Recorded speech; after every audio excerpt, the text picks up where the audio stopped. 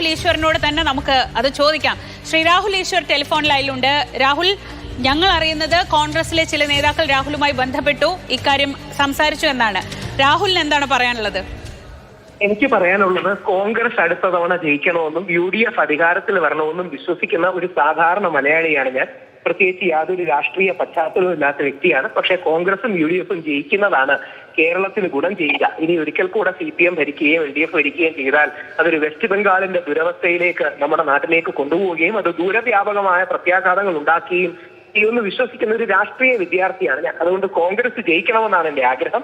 അതെന്റെ രാഷ്ട്രീയ ബോധ്യമാണ്. അത് ഏതെങ്കിലും ഒരു പാർട്ടിയോട് ഇതായിട്ടല്ല, പാർട്ടിയുടെ ഭാഗമായിട്ടല്ല. പക്ഷേ കോൺഗ്രസ് ജയിക്കുകയും UDF വരികയും അല്ലെങ്കിൽ UDFന്റെ മന്ത്രിസഭ വരണമെന്ന് വിശ്വസിക്കുന്ന ഒരു സാധാരണ മലയാളിയാണ്. അത് ശരി രാഹുൽ, ഞാൻ ചോദിച്ചത് രാഹുൽ ഈശ്വറിനെ നിയമത്ത് മത്സരിക്കാൻ താല്പര്യമുണ്ടോ, അല്ലെങ്കിൽ അങ്ങനെ പരിഗണിക്കപ്പെട്ടാൽ എന്താണ് അഭിപ്രായം എന്ന് ചോദിച്ച് കോൺഗ്രസിൽ നിന്ന് ആരെങ്കിലും ബന്ധപ്പെട്ടിരുന്നോ? എന്താ അറിയാം, അങ്ങനല്ല. ഇത്തരം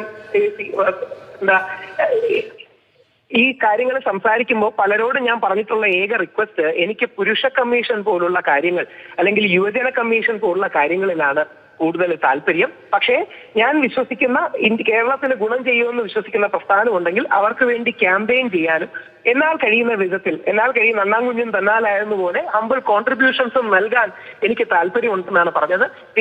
ഇത്തരം ഇത്തരം സ്വകാര്യ ചർച്ചകളോ സ്ഥാനങ്ങളോ അങ്ങനെ പറയുന്നതിൽ ഒരു അഭംഗിയുണ്ടല്ലോ. അതുകൊണ്ട് സംഭാഷണം ഉണ്ടോ എന്നുള്ളത് ഞാൻ ആ ചോദ്യം അവിടെ റിസർവ് ചെയ്യുന്നു.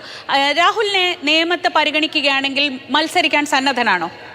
ഇവിടെയാണ് എനിക്ക് ഇലക്ടോറൽ പൊളിറ്റിക്സിൽ അങ്ങനെ കഴിവുള്ള വ്യക്തിയാണെന്ന് എനിക്ക് അഭിപ്രായമില്ല. ഞാൻ കുഞ്ഞുകുട്ടി പ്രാരാബ്ധക്കാരനായ 2 ജോലിയും 2 കുട്ടികളും ഒക്കെ ഉള്ള ഒരാളാണ്. പക്ഷേ ഏത് രീതിയിലും ക്യാമ്പയിനിങ്ങിനോ കാര്യങ്ങൾക്കോ ഉണ്ടെങ്കിൽ തീർച്ചയായിട്ടും അത്തരം കാര്യം കോൺഗ്രസ് ജയിക്കണമെന്നുള്ളത് കേരളത്തിന്റെ പൊതു ആവശ്യമാണ് എന്നുള്ളത് കൊണ്ടും ശ്രീ പിണറായി വിജയന്റെ ഈ ഒരു 3.0 അല്ല കേരളത്തിന് ഒരു കോൺഗ്രസ് അല്ലെങ്കിൽ UDFന്റെ ആണ് ഒരു പുതിയ തുടക്കം വേണം, ഒരു പുതുയുഗ യാത്ര വേണം, അല്ലെങ്കിൽ ഒരു പുതിയ കേരളം വേണമെന്ന് വിശ്വസിക്കുന്ന വ്യക്തിയാണ്. അതുകൊണ്ട് നമ്മളാൽ കഴിയുന്ന ഒരുപാട് കോൺഗ്രസിന് പ്രവർത്തകരും കാര്യങ്ങളും ഉണ്ട്. നമ്മളാൽ കഴിയുന്ന എളിയ സംഭാവനകൾ നൽകണമെന്ന് ആഗ്രഹിക്കുന്ന വ്യക്തിയാണ്. നമ്മളൊക്കെ എപ്പോഴും സംസാരിക്കുന്നതല്ലേ രാഹുൽ, ഇങ്ങനെ തർക്കിക്കാൻ രാഹുലിന്റെ അത്ര കഴിവ് ബാക്കി ആർക്കും ഇല്ലെന്ന നല്ല ബോധ്യം ഞങ്ങൾക്കൊക്കെ ഉണ്ട്. രാഹുലിനെ എത്രയോ വർഷമായി അറിയുന്ന നമുക്കൊക്കെ ഉണ്ട്.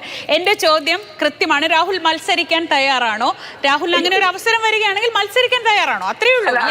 അങ്ങനെയാണ്. അങ്ങനെ ഒരു ചോദ്യത്തിന് അങ്ങനെ മറുപടി പറയുന്നത് ശരിയല്ല. ഞാൻ അതാണ് പറയുന്നത്. എനിക്കങ്ങനെ ഇലക്ടോറൽ എക്സ്പീരിയൻസുകളോ കാര്യങ്ങളോ ഒന്നും ഇല്ലാത്ത വ്യക്തിയാണ്. എന്നെ അങ്ങനെ പരിഗണിക്കുന്നുണ്ടോ കാര്യം പോലും എത്രയും കാര്യങ്ങൾ എനിക്കറിയില്ല. അത് ഞാൻ കൺഫേം ചെയ്യുന്ന ഒരു കാര്യമല്ല. ഏതെങ്കിലും തരത്തിൽ ഒരു ആശയവിനിമയം രാഹുലിനോട് ഉണ്ടായിട്ടുണ്ടോ? Yes or no? അത്രയേ ഉള്ളൂ. അവിടെയാണ് ഈ സംസാരങ്ങളൊക്കെ പലപ്പോഴും അനൌദ്യോഗികമായിട്ടും ഒക്കെ പല തലങ്ങളിലും നടക്കുമല്ലോ. അപ്പൊ ആ രീതിയിൽ പല ആൾക്കാരോടും സംസാരിക്കുന്ന കൂട്ടത്തിൽ ഞാൻ അവരോട് പറഞ്ഞ കാര്യങ്ങളിലൊന്നും ഇത്തരം കാര്യങ്ങളിലല്ല, എനിക്ക് ഇലക്ടോറൽ പൊളിറ്റിക്സിലല്ല. പകരം ശരിക്കും അവിടെ ശക്തമായ ഒരു ഫൈറ്റ് കോൺഗ്രസിൽ കാഴ്ചവെക്കണമെന്ന് വിശ്വസിക്കുന്ന വ്യക്തിയാണ്. കാര്യം നിയമം പോലൊരു മണ്ഡലത്തിൽ രാഹുലിനെ പോലെ ഒരു സ്ഥാനാർത്ഥി വന്നാൽ, ഇപ്പോൾ രാജീവ് ചന്ദ്രശേഖർ ആയിരിക്കും ഒരു വശത്ത്, ശിവൻകുട്ടി ആയിരിക്കും മറുവശത്ത്, മൂന്നാമത്തെ ആൾ ആര് എന്ന കാര്യത്തിലാണ് ഇതുവരെ ആശങ്കകളല്ല അഭ്യൂഹങ്ങൾ ഉണ്ടായിരുന്നത്. ശബരിനാഥന്റെ പേര് കേട്ടു, വൈഷ്ണവ് സുരേഷിന്റെ പേര് കേട്ടു, അങ്ങനെ പലതരം ആലോചനകൾ നടക്കുന്നുണ്ട്.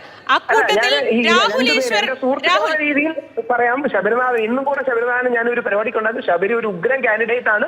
മറ്റേ വൈഷ്ണവ് എനിക്ക് വ്യക്തിപരമായിട്ട് അറിയാം, പക്ഷേ ഉഗ്രൻ കാൻഡിഡേറ്റ് ആണ്. അങ്ങനെ മികച്ച ഒരാളെ കോൺഗ്രസ് കണ്ടെത്തുന്ന രീതിയിൽ സംശയമില്ല. അവർക്ക് എന്നാൽ കഴിയുന്ന എല്ലാവിധ പിന്തുണയും അവർക്ക് അനുവാദമാണെങ്കിൽ കൊടുക്കാനും ഞാൻ തയ്യാറാണ്. ഇലക്ടോറൽ പൊളിറ്റിക്സിന്റെ കാര്യങ്ങളിലേക്ക് എനിക്ക് അത്തരം കാര്യങ്ങൾ അഭിപ്രായം പറയാൻ എനിക്ക് കഴിവില്ലാന്ന് മാഡം എടുത്താൽ മതി. എനിക്ക് അത്തരം ഈ പോളിസി മാറ്റേഴ്സിൽ തർക്കിക്കാനല്ലാതെ ഇത്തരം വിഷയങ്ങളിൽ സംസാരിക്കാനുള്ള കഴിവും പരിചയവും എനിക്കില്ല എന്ന് മാഡം എടുത്താൽ മതി.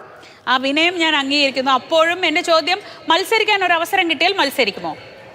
കോൺഗ്രസ് അവിടെ ജയിക്കണം. കാര്യം നിയമം ഒരുപാട് കാര്യങ്ങളിൽ സിംബോളിക് ആണ്. നിയമത്തെ വിജയം കോൺഗ്രസിന്റെ ഒരു ഗാന്ധിയൻ പ്രത്യയശാസ്ത്രത്തിന്റെയോ ഗാന്ധിയൻ ഐഡിയോളജിയുടെ വിജയമായിരിക്കും. അതുകൊണ്ട് നിയമത്തൊരു മികച്ച കാൻഡിഡേറ്റ് വരണമെന്നും നിയമത്തൊന്ന് കോൺഗ്രസ് ജയിക്കണോ അല്ലെങ്കിൽ UDF ജയിക്കണമെന്നുമാണ് ഒരു മതസൗഹാർദ്ദം ഉയർത്തിപ്പിടിക്കുന്ന, ഗാന്ധിയൻ ദർശനം ഉയർത്തിപ്പിടിക്കുന്ന ആ കോൺഗ്രസിന്റെ നിലപാട് തന്നെ ജയിക്കണമെന്ന് ആഗ്രഹിക്കുന്ന ഒരു വ്യക്തിയാണ്. അവരുടെ കൂടി സമ്മതം ഉണ്ടെങ്കിൽ എന്നാൽ കഴിയുന്ന ചെറിയ കോൺട്രിബ്യൂഷൻസ് അതിന് നൽകാനും ക്യാമ്പയിനിങ് നടക്കാനുള്ള കോൺട്രിബ്യൂഷൻ അല്ലാതെ ബാക്കി കാര്യങ്ങൾ എനിക്ക് അറിയില്ല എന്നുള്ളതാണ് സത്യം. അതുകൊണ്ട് ഞാൻ അതിനെ കുറിച്ച് കമന്റ് ചെയ്യുന്നില്ല. പക്ഷേ നല്ലൊരു കാൻഡിഡേറ്റ് കോൺഗ്രസ്സുകാരോട് കൊണ്ടുവരുമെന്ന് കാര്യത്തിൽ എനിക്ക് നമുക്ക് വീണ്ടും സംസാരിക്കാം. രാഹുൽ ഈശ്വർ, എന്തായാലും സ്വാഭാവികമായും ഈ ചർച്ച നിലനിൽക്കുകയാണെങ്കിൽ നമുക്ക് ഇനിയും സംസാരിക്കേണ്ടി വരുമല്ലോ. വളരെ നന്ദി ഞങ്ങളോട് പ്രതികരിച്ചതിന്. ഇക്കാര്യം സ്ഥിരീകരിക്കാനോ ഇല്ലെന്ന് പറയാനോ രാഹുൽ തയ്യാറാവുന്നില്ല. ബി ബാലഗോപാൽ തുടരുന്നുണ്ട്. ബാലു, ഇതാണ് രാഹുലിന് പറയാനുള്ളത്. ശ്രീജ, ഇന്ന് അതായത് ഈ കോൺഗ്രസിന്റെ തന്നെ ചില ഈ യുവ നേതാക്കളിൽ നിന്നാണ് ഇത്തരം ഒരു നിർദ്ദേശം മുന്നോട്ട് വന്നിരുന്നത് എന്നാണ് എനിക്ക് മനസ്സിലാക്കുവാൻ വേണ്ടി സാധിക്കുന്നത്. തുടർന്നാണ് രാഹുൽ ഈശ്വറുമായി ചർച്ച കോൺഗ്രസ് നേതൃത്വം ആരംഭിച്ചത്. ഒരുപക്ഷെ അദ്ദേഹം നേരത്തെ സൂചിപ്പിച്ചതുപോലെ തന്നെ സ്വകാര്യ സംഭാഷണങ്ങൾ അദ്ദേഹത്തിന് പരസ്യമായി തുറന്നു പറയാനുള്ള ഒരു ബുദ്ധിമുട്ട് രാഹുൽ ഈശ്വറിനെ സംബന്ധിച്ച് ഉണ്ടാകാം. പക്ഷേ ഈ നേതാക്കളിൽ നിന്ന്, കാരണം രാഹുലുമായി ബന്ധപ്പെട്ട ചില നേതാക്കളുമായിട്ടായിരുന്നു ഞാൻ സംസാരിച്ചിരുന്നത്, ഞാൻ ആശയവിനിമയം നടത്തിയിരുന്നത്. അവർ ഈ രാഹുലിൽ നിന്ന് ഒരു കാറ്റഗോറിക്കലായ ഒരു മറുപടി ഇതുമായി ബന്ധപ്പെട്ട് ലഭിച്ചിട്ടില്ല എന്ന് അവരും വ്യക്തമാക്കുകയും ചെയ്തിട്ടുണ്ട്. പക്ഷേ കോൺഗ്രസ് ഇക്കാര്യത്തിൽ വളരെ സജീവമായി തന്നെ ചർച്ചകൾ നടത്തുന്നുണ്ട്. ഇന്ന് രാത്രിയോടുകൂടി VD സതീശനും രമേശ് ചെന്നിത്തലയും ഉൾപ്പെടെയുള്ള നേതാക്കൾ ഡൽഹിയിൽ എത്തുന്നതായിരിക്കും. തുടർന്ന് ഒരുപക്ഷെ നാളെ ഇതുമായി ബന്ധപ്പെട്ട് കൂടുതൽ വിശദമായ ചർച്ചകൾ നടക്കുന്നതായിരിക്കും. പക്ഷേ രാഹുൽ നിയമത്തെ സ്ഥാനാർത്ഥിയാകുമെന്ന് നമുക്കിപ്പോൾ ഉറപ്പിച്ചു പറയാൻ വേണ്ടി കഴിയില്ല. അതുമായി ബന്ധപ്പെട്ട് കോൺഗ്രസിന്റെ വിവിധ തലങ്ങളിൽ ഇനിയും ചർച്ച നടക്കേണ്ടതായുണ്ട്.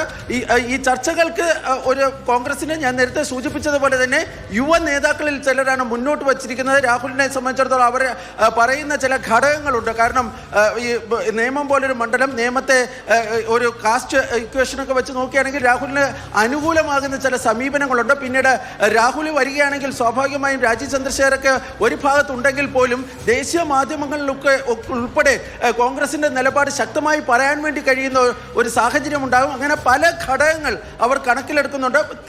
അന്തിമ തീരുമാനമായിട്ടില്ല.